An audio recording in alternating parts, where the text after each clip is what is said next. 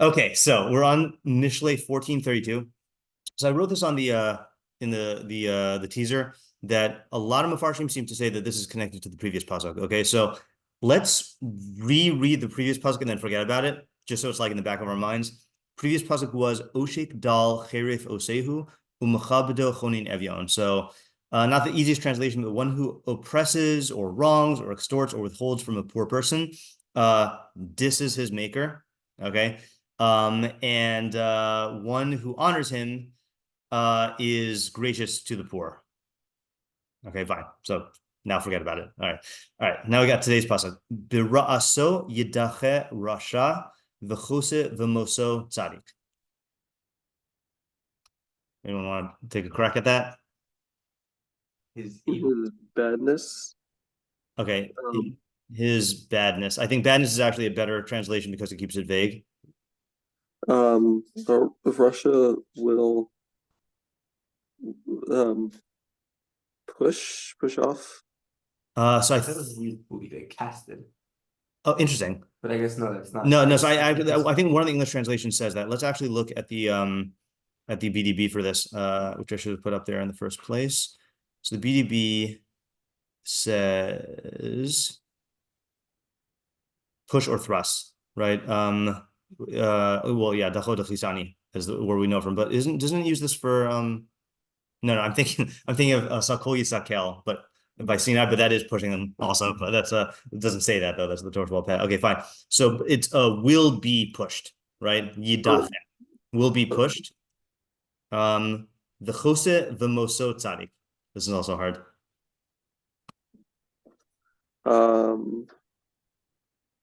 Should we look at BDB? Yeah. Anyone know? Chas? I mean, I'd like to call it BDB. Yeah. To seek refuge, right? Lachasos tachas kanfe shchina, chusa alamach. But one who I guess, yeah, actually, yeah, how would you translate this? But tzaddik seeks refuge in his death. Yeah, but a tzaddik seeks refuge in his death. Now if that sounds weird, then yeah, okay.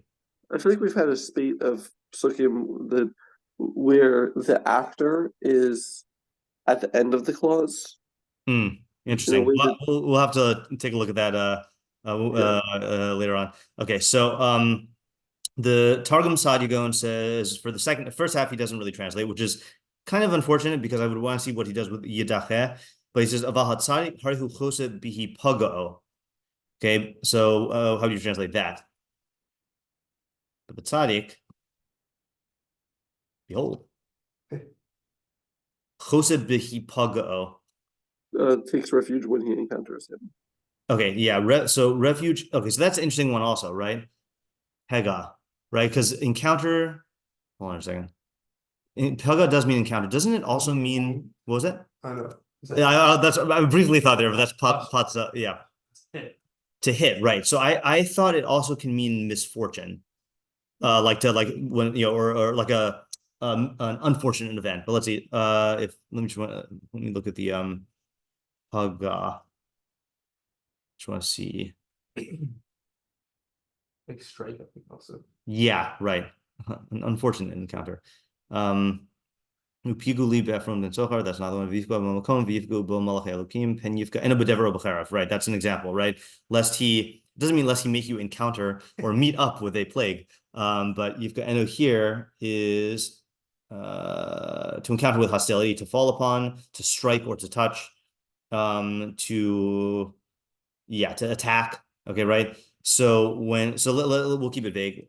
He takes refuge in his, let's say, encounter or meeting or attack. Okay, I don't know. All right, Targum. I forgot to look this up. Mistachef Rashia.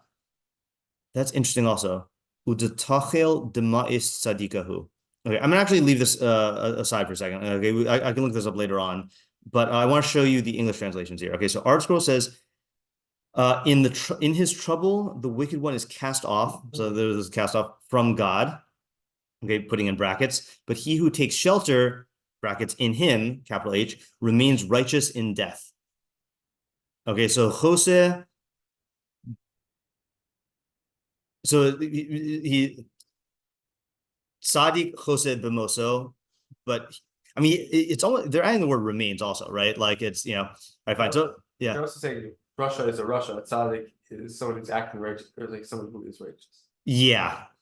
Yeah. All right. So there's a lot of editorializing here. Okay, Rav says in his adversity, okay, like bad stuff that happens to you, the wicked is thrown over. Okay, there's another imagery of pushing off of a precipice. But the righteous, even in dying, keeps trusting. So he's taking Jose, taking refuge as like trusting. Okay. Alter says in his wicked, the evil is driven off, but the righteous find shelter in his innocence. Now you might ask, Alter, where's he getting that from? So Alter commentary says the Masoretic text says in his death, bimoto, which is problematic theologically and perhaps grammatically as well. This translation follows the Septuagint and the Syriac, which read bitumo, in his innocence, which is a simple transposition of consonants, and thus an error a scribe could easily make, possibly induced by the motive of later piety. Okay, so and I wanted to show you, first of all, I know I've said this before, but just so you know, on the Alatorah secret site, the mgs.alatorah.org, the scholar site, they have the Targum Hashivim, they have the an English translation of the Septuagint. So the ungodly, that's odd, shall be driven away in his wickedness. I don't know where they got ungodly from. That sounds like a Christianized something. But he who is secure in his own holiness is just. Okay, that's very strange. But then the new edition they have is the Pshitata. Okay, so the Pshitata. It has Moso though. Death on the right side. On the right side. Well, the right side is the pasuk. Okay. Yeah, this is they don't have the Greek for okay. And then so the Pshitata, which I did not really know about until like recently, is the standard version of the Bible for churches in the Syriac tradition, including the Maronite Church, the Chaldean Catholic Church, the Syriac Catholic Church, the Syriac Orthodox Church, the Malankara Orthodox Syrian Church. Okay, all these things. Yeah, so the consensus with biblical scholarship, although not universal, is that the Old Testament of the Pshitata was translated into Syriac from biblical Hebrew, probably in the 2nd century CE. So this is a very old translation. And that the New Testament of the Pshitata was translated from the Koine Greek. Okay, and then they had something about Mishlei. Oh, no, it was in an article. I forgot to get the article. Okay, so this is another, we were slowly adding to our collection of like ancient texts. Okay, and in case you are, I was hoping Arya would be here so I could argue with him. But in case you're of the position of like, well, why are we caring about these things? So this Shabbos, I reread in Amnon Bazak's To This Very Day, Ad Hayom Hazeh, the chapter on the accuracy of the Masoretic text, which I recommend everyone at some point skim through. Okay. My review of this book in general, by the way, which I have not written a review, this is a very interesting and thorough book for the topics that you are interested and want thoroughness in. But for those topics that you don't find interesting, it is extremely boring. Okay, so for me, I've read this out of order, that I found things that I started reading from the beginning and I was like, this is so boring. But then when I find something I'm interested in, it's like everything you want. It's all the sources and all of the, the stuff. So I recommend everyone read the accuracy of the Masoretic text chapter at some point, because I think we are fed this narrative that the Masoretic text is like, first of all, that the text of the Tanakh was preserved accurately, except like Petsuadaka, except for like a few cases. And that's just not true. That's just factually not true. There are, even if we didn't touch any non-Jewish sources, there are many, many, many inaccuracies and statements about the inaccuracies in the written text of Tanakh. And like, obviously the Masorah deals with it. But reading a thorough history of it is very enlightening. And then one of the things that you see is that these other versions of the Tanakh text, the Septuagint and certain Targumim and the Pshitata and the Samaritan Torah, those things should be factored in when reading and learning, even if we don't rely on it halakhically. Halakhically, we go by the Masoretic text, and even there's like discrepancies. But yeah, so anyway, so the Pshitata here says, did I not translate this? Okay, I didn't translate this either. But Bishusai, this is very similar to the Targum. is this the Targum? Yeah, I mean it's Aramaic, but bishuse mistachef avla. Okay, so they say avla, like I guess a sinner. Udetachil deles la chata'a zedikahu. Okay, so les le chata'a is where he's getting innocence from, right? Is yeah, all right, fine. So I don't really care so much about this, but I do want to just keep the altar up there because he's something to take into account. Okay, so now we got a bunch of translations that we have to contend with here. Let me just move this around. I'm going to ignore the Targum for now, just because I forgot to look it up, and I don't want to look it up right now. Hold on. Okay, so we have, just to review here, we have, in his badness, a Rasha will be pushed, I'll say pushed aside, or thrust aside. But a tzaddik seeks refuge in his death. Sadion says, but the tzaddik, behold, he takes refuge in his encounter, meaning or attack. Arshkol, in his trouble, the wicked one is cast off from God, but he who takes shelter in him remains righteous in death. Rav Hirsch, in his adversity, the wicked is thrown over, but the righteous, even in dying, keeps trusting. Alter, in his evil, the wicked is driven off, but the righteous find shelter in his innocence. Okay, this is, yeah, good luck. Okay, yeah. So what we usually do when we find psukim where there's such variety in the translations is try to formulate our questions in ways that like we don't need to incorporate the particulars into the questions, where we just gotta keep an open, broad mind. So what are the major questions here? So this is the first question, but when it says in the second half, when it says bimoso, Yeah. who's miso? Okay, yes, that is a major reading question. So when in the second half, when it says bimoso, whose death is it talking about, right? So it seems like there's either the tzaddiks or the tzaddiks or the Rashas. Yeah, Ezra. What does it mean that in his badness he will be pushed off? Is it only in his badness that Right. happens? Okay. So what is the qualification of bira'aso?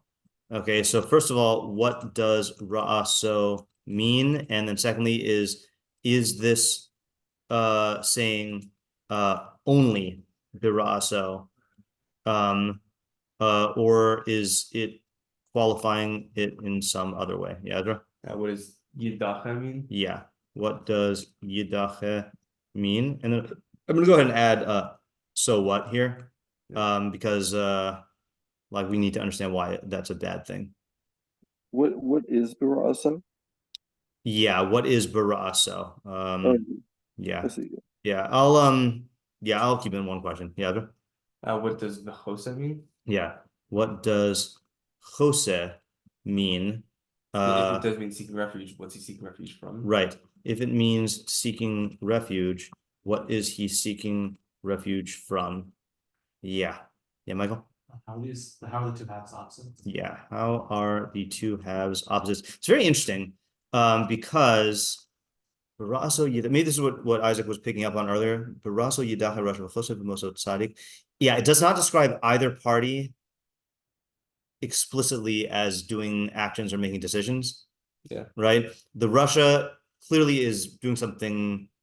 Well, he's not clearly doing something bad. He's doing something bad to be a Rasha. And then Chosa B'moso is a tzaddik. But yeah, I guess that'll be another question, which is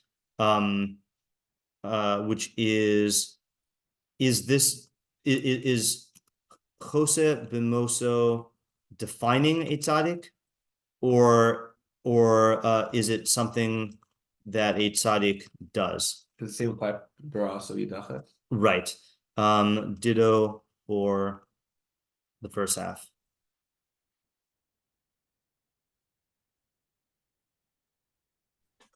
I have a loose, not quite rhyming translation. Okay. Yeah. Translation is part of the last question. Yeah. Can I add on? Yeah, sure.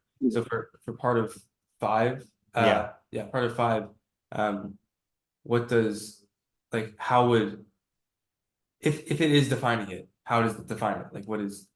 Okay, right. And if it is defining him, how? Yeah. Isaac, what's the rhyming translation? Half rhyming? Okay.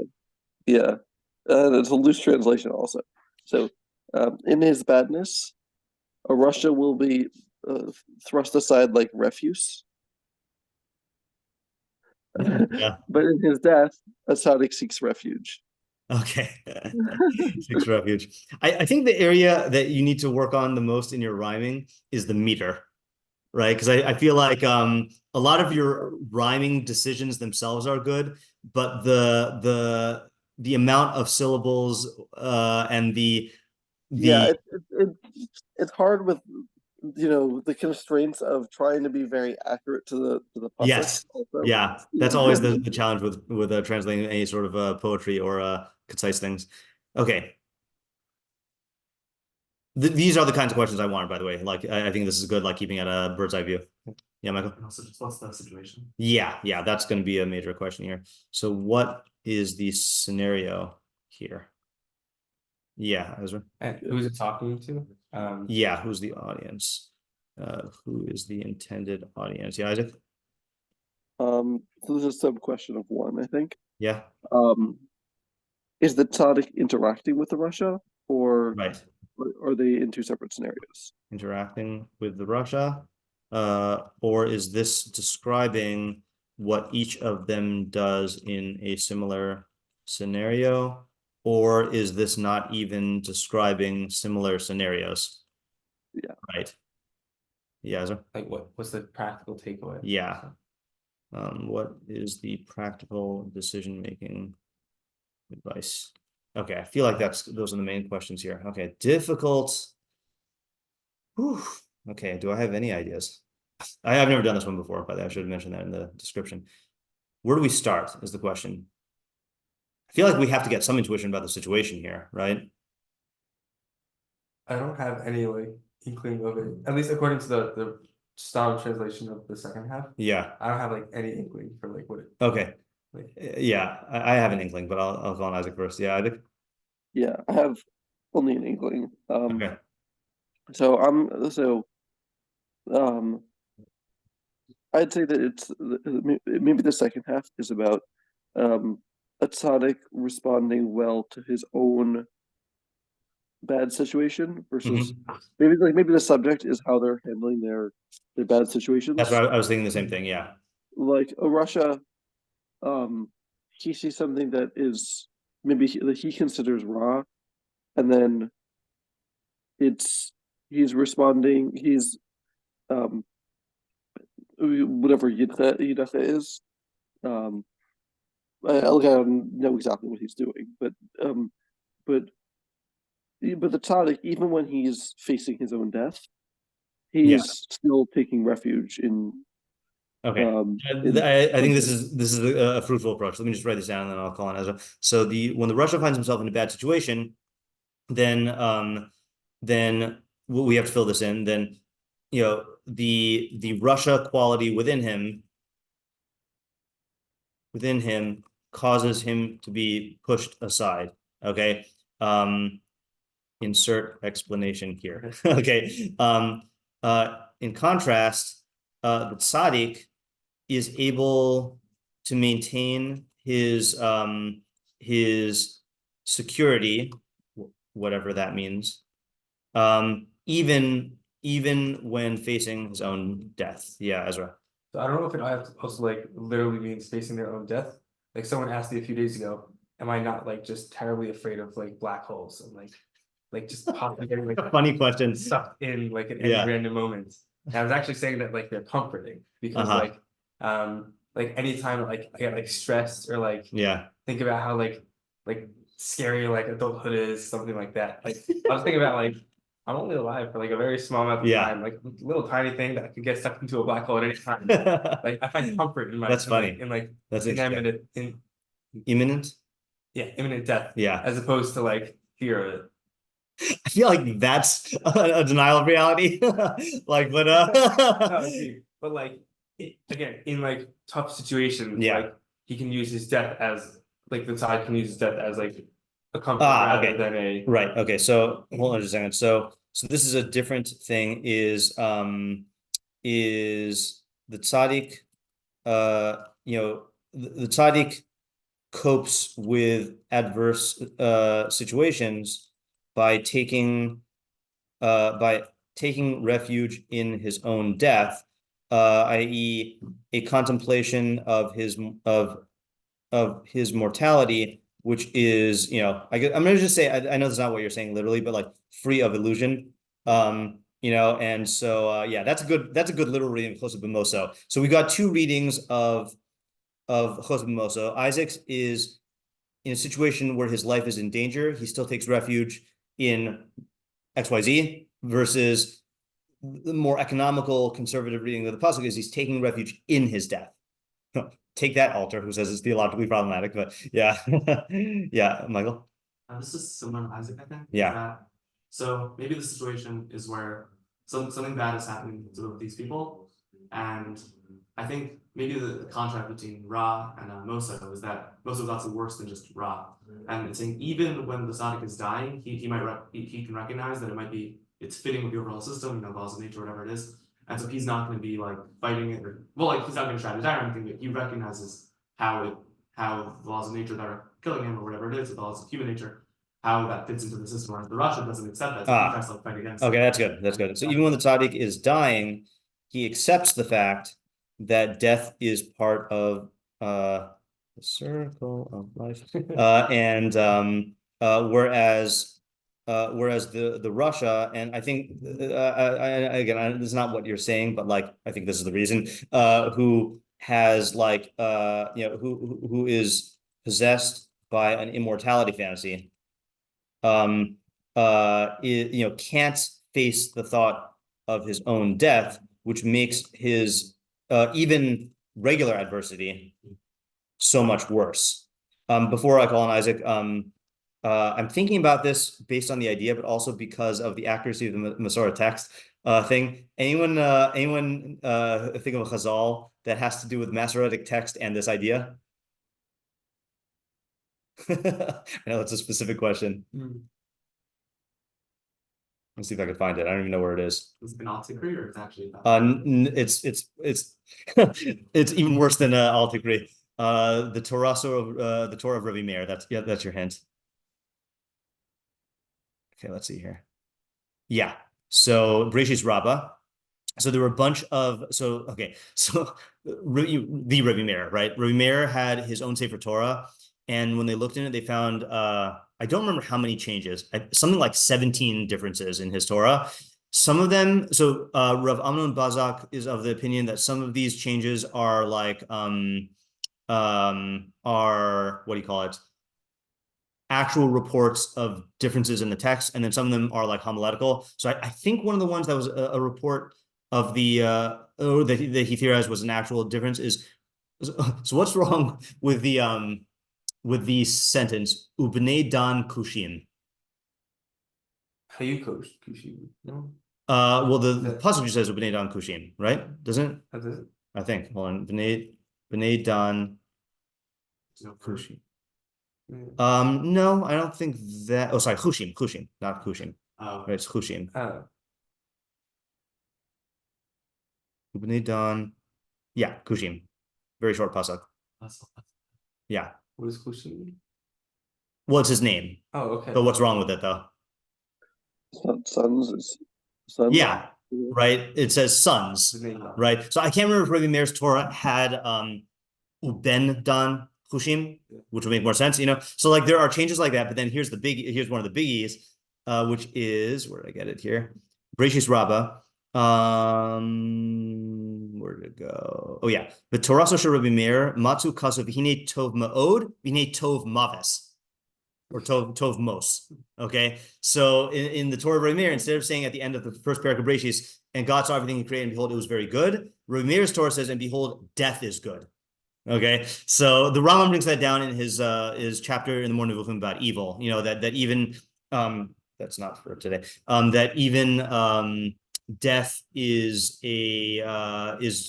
good. And entropy and the fact that things come to being and pass away is good. So that I think is what Michael is saying, that the tzaddik's type of mentality is going to be is like, yeah, did I think I was not going to die? Like, is it objectively bad for the universe for me to die? No, of course not. So he's thinking that. Okay, good. We've got three approaches. Yeah, Isaac? Yeah, I was thinking more about the Rasha. Yeah. I think the Rasha specifically wants things to be the way that he wants them to be. Mm-hmm. And then when they're not, he's not going to be able to like accept that way that they're the way that they are and just like be happy with that. He's gonna push back, Yeah. And what's gonna happen a lot of the times is like reality is just kind of like push him aside anyway. Yeah. Because he's not gonna be able to like change reality. Right. Right. Yeah. So that's the question I really have here that I think we're kind of dancing around and taking different stances on is what quality of the Rasha causes the phenomenon in the first half, and then what quality of the Tzadik causes the phenomenon in the second half. And I think there are subtly different emphases in the three of your ideas here. Yeah, I mean they're all good, but yeah. Yeah, guys, you have something else? No, sorry. Okay. Yeah. Okay, so let me just look at the pasuk and see now that we've laid this out here. All right, so I think to me, the two terms that are begging for a clear explanation are yidache and choseh. Those are both very weird terms to me, Yeah. So I mean, for yidache, I thought that Michael had a very good approach for it because he's trying to because of his immortality, his fantasy, whatever. He's trying to push off the thought of death. Oh, okay, right. So he's avoiding it in his mind. So then my question is what is bira? So is that in a situation of being close to death, or is that that itself an evil act because it's pushing off? Yeah, so I like the structure of the pasuk better, the way Michael is reading it, or the way I understood Michael reading it, that in a situation where he's facing some sort of adversity, it brings to mind the Rasha's fragile, vulnerable, subject to causality reality, and he tries to push it away, and ultimately that does awaken his realization that he could die. So that's at the root of it, but it doesn't even, I'm not even saying consciously, when he gets a parking ticket, right, then I don't think he's literally thinking about death, but thinking things can happen to me that are not in line with my will, and that don't feed into my view of myself as the center of all of reality, so that is death to him, the other way you were saying it was what again for Rosso? Oh, that his evil is that he does this, right? Yeah. I think the reason why I like the other reading better is because I think I don't know how many of you did this consciously, but inferring what scenario the pasuk is talking about for me was the combination of bira'aso and b'moso as being almost two extremes of a spectrum. Of all the bad stuff that can happen to you, there's merely bad, and then there's death, And so the Rasha, even in a not so bad thing, in any bad, then he has this reaction, and then the Tzadik, even at the most extreme thing, then he's able to be choseh. Yeah, so the yidache is good. Now, choseh is just a weird word. I just want to see, not that this is going to shed any light on it, but there's more out of curiosity. Yeah. I want to see how Mishlei uses this, if Mishlei does use it elsewhere, because I'm not familiar with seeing it in Mishlei. 2 places. Okay, that's why I'm not familiar. Oh, and also it's in 30, which is really why I'm not familiar. So every statement of God, or all the statements of God, are refined, a shield for those who shelter in him. Yeah, it's strange. And even in Tehillim, oh no, Tehillim is a lot. So Tehillim is, that's a big Tehillim word. Where's it in Devarim? Oh, that's also interesting, right? Amar Elokim with Sur Chasayubo. That's in Hazino, which is also weird Hebrew, right? Singing Hebrew. Yeah, Chasayubo, Chas. Yeah, I'm trying to get what is the what I would the way I would write it if you told me this idea in English, I would say boteach, or Mishan, or I don't know, something like that. Yeah. So I mean, I'm sure the Malbim was going to address this question about what chas is, but I'm just thinking if we can get anything from just our intuition. Jose Bimoso. And also I'm trying to think which of the readings of the second half I like better. I mean, the Stoic Jew podcast in me likes Ezra's idea better, but I think I like Michael's idea better. I think I like Michael's idea better also because it can be read in both ways. He's Jose in he takes solace in death, and when he's in a situation of facing his mortality, he takes solace in God, or in God's will. Yeah. Is chasal mamono Hebrew? So that is Hebrew, but I think it's rabbinic Hebrew. I think in rabbinic Hebrew, chas means to have pity. Yeah. No, but no, it's also in biblical Hebrew, in Yonah, right? Ata chasta al kikayon. Yeah. Right, yeah. But is that a different? Let's look at chas. Again, do we click on? Does the shorish have a third letter? I think it's chus, or actually no, maybe it's two different shorashim, chasa and chus. Okay, that might explain things. So. Seek refuge is chasa, and then let's just look at the Yonah example. And it might be two different words. Let's see, what's the easiest way to get there? Pasta. I mean, I could have just gone to Yonah. It's in the second to last pasuk or the last pasuk. Yeah. Such an abrupt ending to the Navi. I always, when I was teaching it, I always say like it's like if you sometimes you're watching like a YouTube version of like an episode or something, and like it just gets cut off in the last minute. That's how I always feel in the end of Yonah. Chasta. Chus. Yeah, there you go. Right. So chus is from pity or spare, and then chas is set aside, go aside, or apart, shelter, or protection. Interesting. Yeah. Okay, fine. So yeah. Okay, let's do this now. I mean, I think I like these approaches. Let's start looking at meforshim. Okay. Let me get my Torah Chaim here. Sorry.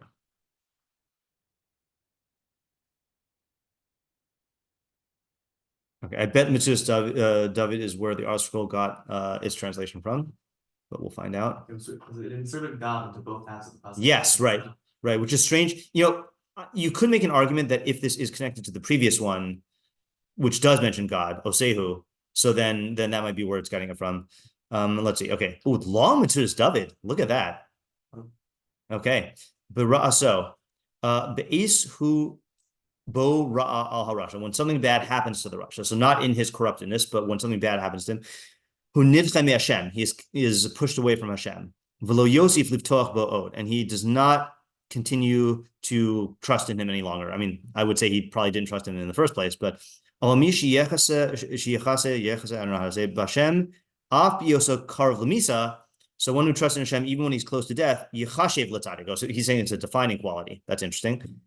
O ba'avur hara'a she'asa nidche hu lasos od ra'acheres. Okay, or another reading is because of the ra that he did, he's propelled, he's pushed to do more ra. He avera gores avera. Val tzadik kasher hayetah hara yasiso la'avor avera. But the tzaddik, when the Yetzer Hara entices him to do an avera, yechase atzmo lema'an hastato. Yechase atzmo. Does that mean he restrains himself? Am I thinking that yechase can mean to restrain? Leman hasataso. Behizkir lo yom hamisa. By remembering the day of death. Vasher amruzal. As Chazal say in Brachos about strategies for avoiding sin. Okay, let's take it one at a time. You're gonna say something for the first one, Ezra? Yeah, I'm gonna say that it sounds a lot like not like close to death as in like I'm about to die, but like I was thinking about like an Eov situation where like there's a lot of like bad that happens to him. Like usually those like in those types of scenarios, it's very easy to like push God aside. Right. Yeah. Yeah, that could be the case. Yeah, so let's just take the first half here, right? So the part I have a difficulty with is yichashev l'tzadik. He'll be considered a tzaddik, right? By whose standards? Like, I mean, it's also seems like not the most. This is more of a question on me than Metzudas David. To me, that's not a very Mishleic definition of tzaddik. That's much more like a Tehillim type definition of tzaddik, of trusting in God, even when you're facing death. Yeah. I also find that like in I forgot the catchy line, but like everyone who is this like there's no atheist in the foxhole. Yeah, exactly. Yeah, right. That type of thing. Yeah, right. Exactly, right. It's easy to trust God in certain cases. So how do you consider it tzaddik? Right, that's a good question. Right. I mean, you alluded to this also, but he says he's going to stop trusting in Hashem. He's a Rasha. Yeah, right. Yeah, something funny is going on here. Right. And which does connect to the atheist and the foxhole thing also, right? Like there's a certain non-genuine trust in God that can either be summed up I mean, if you take there's no atheist in a fox. It's funny. Some people quote that to be like, see, everyone believes in God, and they say that's like a positive thing, and whereas I think of it as, no, everyone believes in like the fake version of God that's a projection of their psyche, like, which might lead you to reality if you like harness it correctly, but it doesn't mean that it doesn't mean that like atheist is in a foxhole suddenly Hilchos Yisodei Torah clicks into place and like he believes in that, so I it's interesting because with the Russia, what was it? Well, I mean, maybe that's a different situation where the atheist in the foxhole thing is about someone who was an atheist and now is changing or whatever it is. Yeah. Whereas this person is someone who had already had some form of belief, but now he feels like betrayed on. Right. Isaac, your assignment is to come up with an idiom for there's no atheist in a foxhole, but for how the Russia loses his bitachon when something bad happens. A reverse atheist in foxhole. Yeah. Yeah. Below Yosef Livtoch Ba'od Bo. Well, here's one thing, right? Definitely, what is the foundation? Let's forget for a second, like the fact that this is a Russia. I mean, look, this is an easy move, which we didn't actually ask this question here. We did not ask the question of what are the definitions of Tzadik and Rasha in this context, which would have been a very important question because maybe this is not the typical Mishleic definition of Tzadik and Rasha. Or maybe this is just using Tzadik and Rasha in a generic way, not in a technical jargony way. But so let's forget about the fact that it calls him a Rasha. Let's just view this as like the bad Mishleic actor.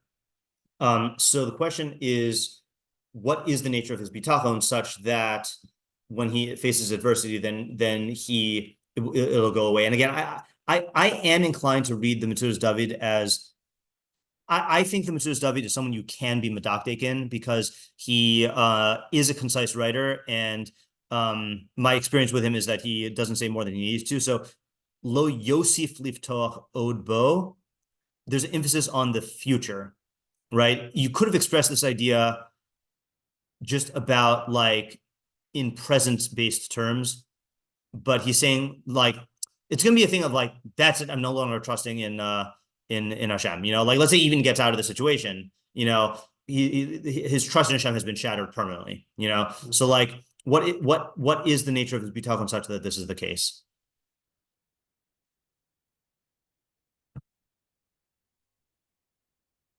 Yeah, Isaac. I'd say maybe a little more of like kind of like an avodah zarah, like I'm doing this so that I get given what I want. Yeah, right. So then, and also, not understanding that it's not gonna work out the way that he wants every time. And then when something doesn't happen the way he wants, then now he says, okay, so it must not be that this is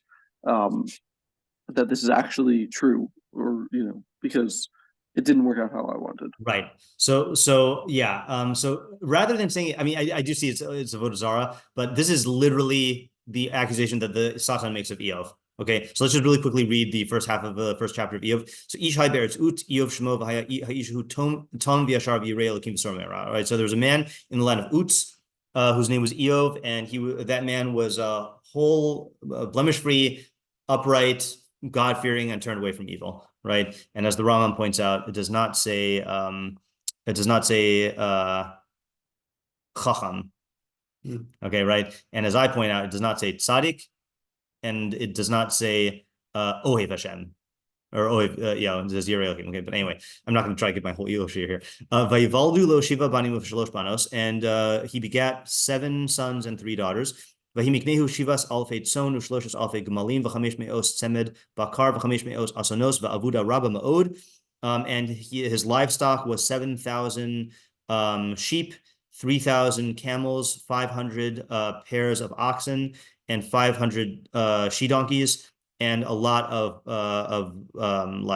produce, or a lot of what do you call like farmland produce yielding stuff. But and he was greater than all the people in the east. We don't have to do the whole thing. I really like Eov. Anyway, let's go on. Let's see what happens. And it was on the day that the Bnei HaElohim, the angels, came to station themselves before God, and the Satan also came among them. V'yomer Hashem el HaSatan. And Hashem said to the Satan, Me'ayin tavo, where did you come from? V'yana Satan, as Hashem, v'yomar, and the Satan answered Hashem, saying, Mishut ba'aretz u'mehis halech ba, from wandering the arts and walking around on it. And by the way, based on my understanding of Eov, the entire question of Tzadik Varalo, in its essence, is answered in these two pasukim. If you understand the allegory here, so that's like that whole thing. Okay, V'yomer Hashem. This is the part I wanted to get to. Hashem said to the Satan, El Satan, Hasamta libcha al avdi Eov. Have you noticed my servant Eov? There's no one like him in the land who is tam yashar and God fearing and turning from evil. V'yana Satan as Hashem v'yamar, and the Satan said to Hashem, spoke to Hashem, saying, Hachinam yare Eov elukim. So is Eov fearing God for nothing, or according to the Mabim, is Eov really fearing God out of his free will? Halo ata sachta va'ado uva'ad beso uva'ad kol asher los misaviv. You, isn't it because you have shielded on his behalf and on behalf of his house and everything that he owns around him? Masiyad of birachta, you bless the work of his hands, umiknehu parts barats, and his livestock are flourishing on earth. B'ulam, however, shlachna yadcha the God b'chol asher lo. But if you send forth your hand and strike any everything that belongs to him, im lo apnecha yivarachaka, will he not blaspheme you to your face? Right. So that's Eov's argument. Is basically his trust in God is a transactional one, where he's trusting. He doesn't even say trusting in God, but his whole relationship with God is predicated on the fact that God has protected him and done all this good stuff for him. But then if God did something bad to him, then he's going to lose all of it. So because why should I continue to trust in a being and serve a being who who allows this to happen to me or does this to me? Yeah, so that's Eov.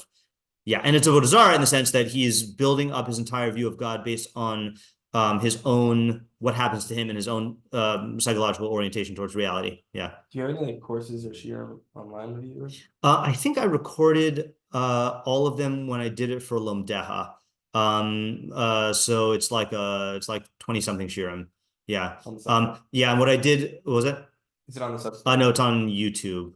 Unless I hid the channel, unless I hid the playlist. I'll have to check. Yeah, if you're interested, I can look.